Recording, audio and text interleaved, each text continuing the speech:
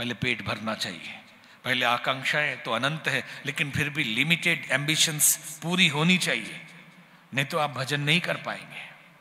कुछ तो हो, उब जाएंगे खुद आप, फिर कहेंगे छोड़ो अब भजन करो, हो गया बहुत, देख लिया दुनिया, कुछ नहीं रखा है। और जिसने नहीं देखा गाड़ी देख के ललचाएगा, काश हमारे पास, महात्मा भी, काश हमारे पास भी ये रोल्स रॉयस होती है, काश हमारे पास भी ये होता वो।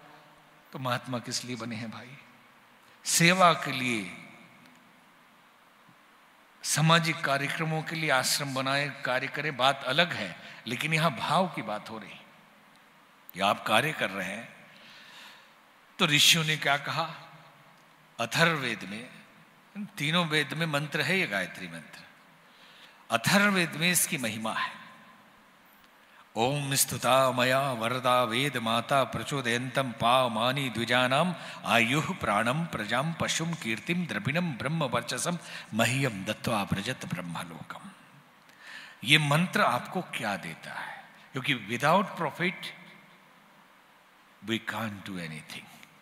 बिना फायदा के हम कोई काम नहीं करते।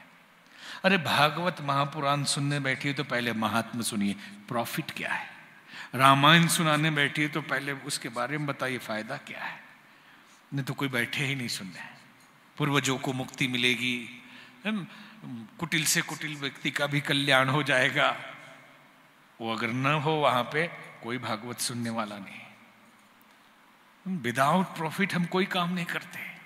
इसलिए ऋषियों ने कहा you should know the profit of Gayatri mantra in worldly things and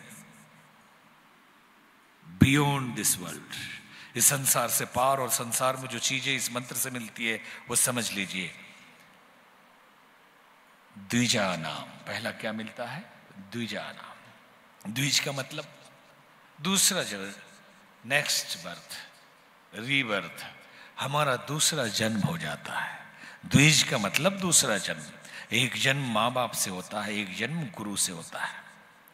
जिस दिन से दीक्षा ली और ये मंत्र शुरू किया, ये बात ख्याल रखना, आज भले ही कोई भी गुरु कोई भी मंत्र दे रहे हो, लेकिन भारतीय संस्कृति में सिर्फ गायत्री मंत्र ही देने का विधान वैदिक काल से रहा है। इसलिए इस मंत्र को भी गुरु मंत्र कहा जाता है, कि गुरु द्वारा प्रदान किया जाने वाला मंत्र। ये हम नहीं कह रहे, आप शास्त्र उठा लीजिए, पूरा सारे उपनिषद, सारे वेद पुराण उठाकर देख लीजिए। इसलिए इसे गुरु मंत्र कहा जाता है। तो द्विज बनाता है ये मंत्र, मतलब दूसरा जन्म कराता है। जैसे देवी भागवत में लिखा है कि एक माला गायत्री मंत्र जपने से 1 दिन के पाप कटते हैं, 3 माला जपने से 9 दिन के पाप कटते हैं, 9 माला जपने से 3 महीने पीछे तक का पाप कटता है। तो ये पाप क्या है? ऐसे विचार जो हमें गलत कर्म करने के लिए विवश कर दे, ये सब पाप है। और ऐसे विचार, ऐसा चिंतन जो हमें श्रेष्ठ पथ पर चलने के लिए विवश कर दें, परिणाम श्रेष्ठ लाए, वो सब पुण्य है। और गलत विचारों की वो गठरी जो सबकॉन्शियस में जमा हुआ है, उसे क्लीन करता है, धो देती है। तो 1 माला से दिन भर का धुलेगा, 3 माला से 9 दिन का धुलेगा, 9 माला से 3 महीने पीछे तक का धुलेगा, 2-4 साल कर लिए तो जन्म जन्म का धुल जाएगा, जन्म जन्म का धुल जाएगा इससे। तो ये द्विज बनाती है। द्विज का मतलब है प्योर हार्टेड पर्सन, जिसका हृदय पवित्र हो, उसी को साधु कहा जाता है, उसी को ब्राह्मण कहा जाता है, उसी को द्विज कहा जाता है। और भारतीय संस्कृति में द्विज नहीं है, उनको यज्ञ करने का भी अधिकार नहीं है, उनको दान देने का भी अधिकार नहीं है, पूजा पाठ करने का भी अधिकार नहीं। इसलिए कि गंदे हृदय वाला व्यक्ति है, पूजा का फल नहीं मिलेगा। पहले द्विज बनो, पहले हृदय को पवित्र करो, फिर पूजा पाठ का लाभ मिलेगा। तो ये मंत्र पहले आपके हृदय को पवित्र करता है, दूसरा जन्म दिलाता है। बॉडी वही रहे लेकिन भीतर से सब बदल गया, सब कुछ बदल जाता है। द्विज आयु, उम्र बढ़ती है। आप 1-2 साल गायत्री मंत्र जपिए, हस्तरेखा विज्ञानी को अपने आयु रेखा दिखा लीजिए, और 2 साल के बाद दिखाइए। अगर पूरी रेखा बदल ना जाए फिर कहना। हमने कम से कम हजारों ऐसे हाथ देखे हैं जिनकी आयु रेखा बहुत छोटी थी और लगातार जपते जपते पूरा बढ़ गया, 65 साल से 80-85 पार कर गया। सारी बीमारियां असाध्य थी वो मिट गई और आदमी चैतन्य हो गया। आयु प्राणम, ये प्राण देती है। प्राण क्या है? ये सृष्टि प्राण से बनी है, पूरा है, बाहर भीतर प्राण है। लेकिन इसे हम जीवन तत्व के रूप में देखते हैं कि अगर प्राण घट जाए तो कहते हैं बीमार हो गए, कहते हैं वाइटल पावर कम हो गया, एनर्जी कम हो गई। और अगर प्राण निकल जाए तो कहते हैं मर गया, प्राण ही निकल गया इसका। प्राण निकल गया मतलब मर गया। और प्राण ही प्रभाव है, प्राण ही शक्ति है, प्राण ही संबंध है, प्राण ही सृष्टि का तारतम्य है। और एक ही प्राण सबके अंदर है। अगर इस प्राण को साध लिया जाए तो एक दूसरे के प्राण से एकाकार हो सकते हैं, एक दूसरे के प्राण से आप संबंध स्थापित कर सकते हैं। और हर आदमी संसार में जो कृत्य करता है 99% कर्म हमारे प्रभाव डालने के लिए होते हैं। और एक रोटी में काम चल सकता है, लेकिन बड़े बड़े व्यंजन खाएंगे, देखो भाई हम बड़े आदमी हो, खाना से कोई लेना देना नहीं। एक डिग्री से काम चल सकती है, 2-4 PhD करेंगे, जानो हम पढ़े लिखे हैं। एक गाड़ी से काम चल सकता है, 2-4 रखना पड़ता है कि प्रभाव पड़े कि बहुत पैसे वाले आदमी है। एक घर से काम चल सकता है, 2-4 जगह खरीदना पड़ता है कि जाने लो प्रभाव। इनसे भी प्रभाव संसार में पड़ता है।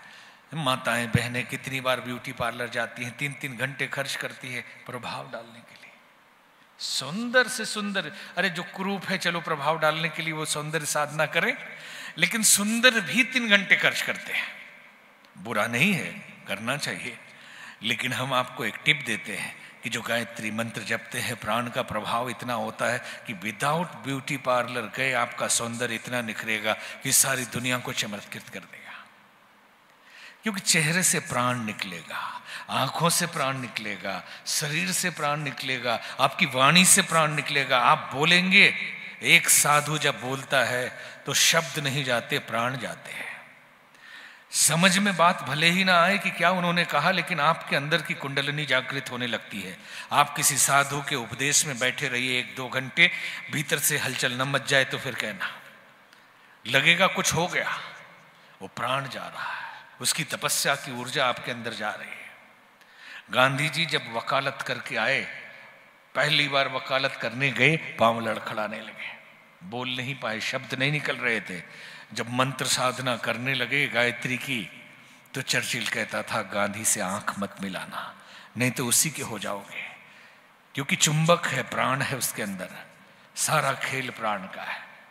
दुनिया में प्रभाव आपके प्राण का होता है। एक प्राणवान व्यक्ति कहीं भी खड़ा हो जाए तो सबके प्राण को पी जाएगा वो। कहते हैं ना कि बाली के सामने जाते थे तो आधी शक्ति ले लेता था, लेकिन अगर कोई तपस्वी है उसके सामने बड़े से बड़े आ जाएं तो पूरी शक्ति ले लेगा वो।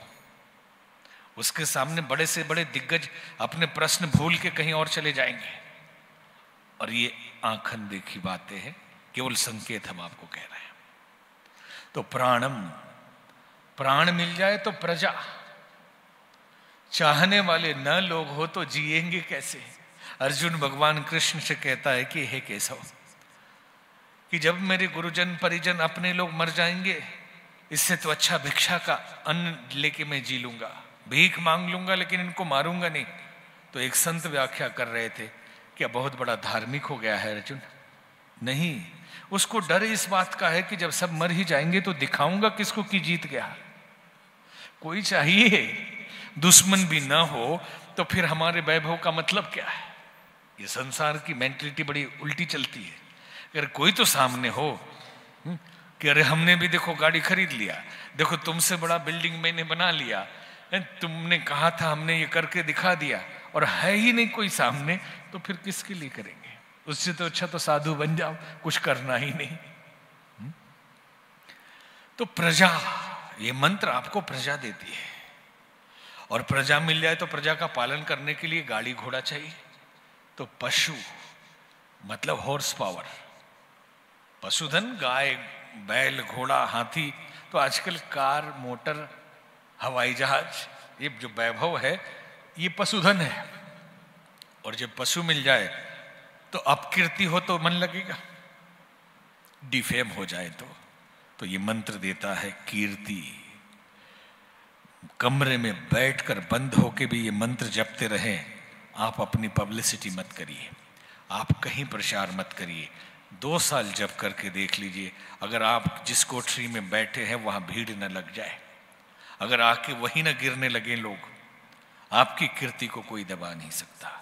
विश्वामित्र, वशिष्ठ, अगस्त, जितने मुनि हुए, या स्वामी विवेकानंद, महर्षि दयानंद, सबने इसको किया और उनकी कीर्ति को कोई दबा सकता है? आज संतों के अंदर भी तेज क्यों नहीं है? क्योंकि इस मूल तत्व का अभाव दिखाए। और आज भी जो संत हैं ऐसे तपस्वी, उनकी वाणी और उनका तेज देखिए, उनका कर्तृत्व, उनका चरित्र देखिए, सारी दुनिया को हिला सकते हैं।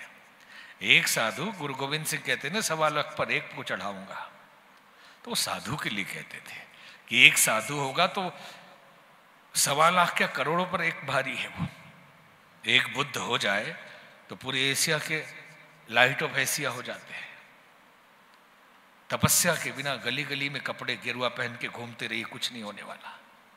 और ये मंत्र आपको देता है कीर्ति, और कीर्ति बचाए रखने के लिए धन चाहिए, पैसा चाहिए। द्रविणम, ये धन देता है।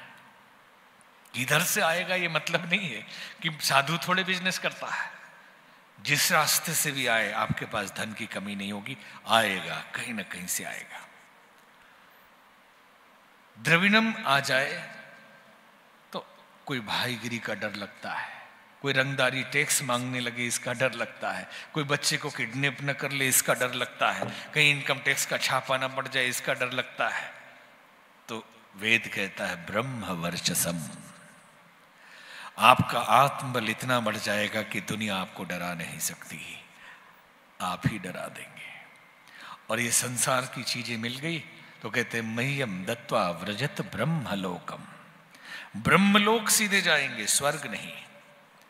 कई लोग कहते हैं कि आप ऐसी साधना करिए, हमारी संस्था से जुड़िए तो स्वर्ग मिलेगा, और जो ज्यादा संस्था की सेवा करेंगे उनको अधिकारी बनाया जाएगा, और कम करेंगे उनको चपरासी बनाया जाएगा।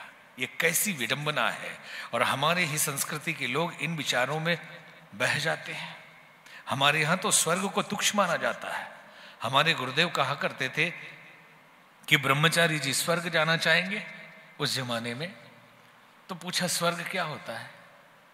अरे स्वर्ग में और धरती में ज्यादा फर्क नहीं, यहाँ पे Red Label, Black Label, whisky, wine, beer क्या क्या मिलता है ये जानकार लोग बता सकते हैं। वहां पे सोमरस मिलता है, नाम का फर्क है, चीज वही है। और उन्होंने नाम लेके बोला था, हम तो संकोच भी करते, उन्होंने कहा यहाँ पामेला मिलती है। उस जमाने में कोई पामेला बोर्जेस महामहिला होगी, तो उन्होंने कहा कि यहाँ पामेला मिलती है, वहां उर्वशी और मेनका मिलती है। फर्क क्या है? यहाँ लहसुन प्याज नहीं खाएंगे, यहाँ बाहर का खाना नहीं खाएंगे। किस लिए? कि स्वर्ग में जाके दारू पिए। बाकी मान्यताओं पर कटाक्ष हम नहीं कर रहे हैं, लेकिन सिर्फ एक पॉइंट पर कि स्वर्ग हम देना चाहते हैं। हमारे ऋषि मुनि कहते हैं कि लात मारो स्वर्ग को, सीधे ब्रह्मलोक की प्राप्ति करिए। स्वर्ग तो एक भोग का स्थान है, जहां पूंजी इकट्ठा की, पुण्य की, और गए और खर्च करके आ गए। गीता में भगवान कृष्ण कहते हैं स्वर्ग के देवता धरती पर मनुष्य बनने के लिए तड़पते हैं। पुण्य की पूंजी खत्म हो जाती है। हमने कमा लिया पैसा, क्रेडिट कार्ड भर लिया, नौकरी छोड़ दी। अरे नौकरी करते रहते तो खर्च भी करो तो आने का स्रोत तो बना हुआ है। नौकरी छोड़ के शॉपिंग मॉल में गए, खूब उड़ाया पैसा और खत्म हो गया, और फिर जॉब मिल ही नहीं रही है। मनुष्य जीवन छोड़ के स्वर्ग चले गए, कमाना बंद हो गया और सारा खर्च कर दिया। तो स्वर्ग नहीं, ब्रह्मलोक ये मंत्र दिलाता है, सबसे ऊपर आपको पहुंचाता है। तो ये 7 द्विजानाम आयुः प्राणम प्रजाम पशुम कीर्तिम द्रविणम ब्रह्म वर्चसम मह्यम दत्वा ब्रजत ब्रह्मलोकम।